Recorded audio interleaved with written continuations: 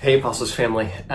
We've been talking about for, I don't know how many months and years now, but we've been wanting a church that's going from surviving to thriving. And in a crisis like this, we don't put that down.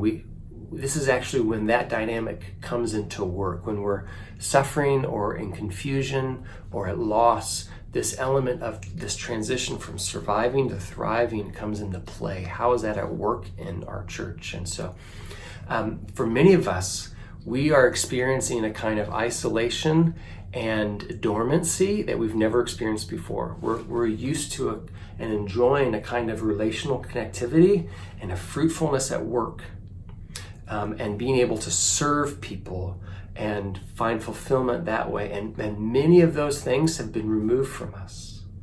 And so while we're able, we want to pay attention and serve in ways that we can. Our city needs our love and our attention and our resources. But nevertheless, we have been afflicted with the gift of isolation and dormancy that we actually need to pay attention to. If you can imagine our church and imagine yourself individually like a seed, the way that Jesus talks about it in the New Testament is that a seed goes into the ground, into the soil, a kind of dormancy, a kind of isolation where you do not see it. But it's going into the ground and dying and experiencing all the rich resources of the soil. And insofar that it can experience a healthy dormancy and a healthy isolation, it will be a healthy and fruitful tree. And so, friends, I want to encourage you in this season to be thinking about what does it mean to use this as a time, not where we're merely at the mercy of isolation and loneliness, but pressing into a kind of fruitful dormancy with Christ. And in Psalm 15, David talks about, he says, "O Lord, who shall sojourn in your tent? Who shall dwell in your holy hill?" The tent and holy hill is imagery of the concentration of God's presence. The tent was the tabernacle and the wilderness wanderings of his people. And the holy hill was the peak in Jerusalem.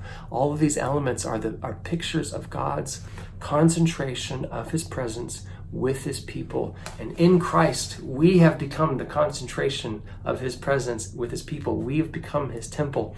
So this isolation, this dormancy that we're feeling right now can actually be a fruitful dormancy, a fruitful isolation, like a seed to a fruitful tree, because God is abiding with us. So if we abide with him, this can turn us into something beautiful on the other side of this. On the other side of this pandemic, on the other side of this crisis, we can either be anemic or beautified. We can be struggling or healthy and fruitful with a new kind of resources and a new kind of fruitfulness that we'd never imagined. So I want to encourage you to press into that. If you need help on imagining what does fruitful isolation look like for me, reach out to us, reach out to your leaders, your community group leaders, your deacons, your elders, reach out to me. We'd love to be able to help you in this season have a fruitful dormancy, a fruitful isolation for a new kind of flourishing, a new kind of thriving on the other side of this.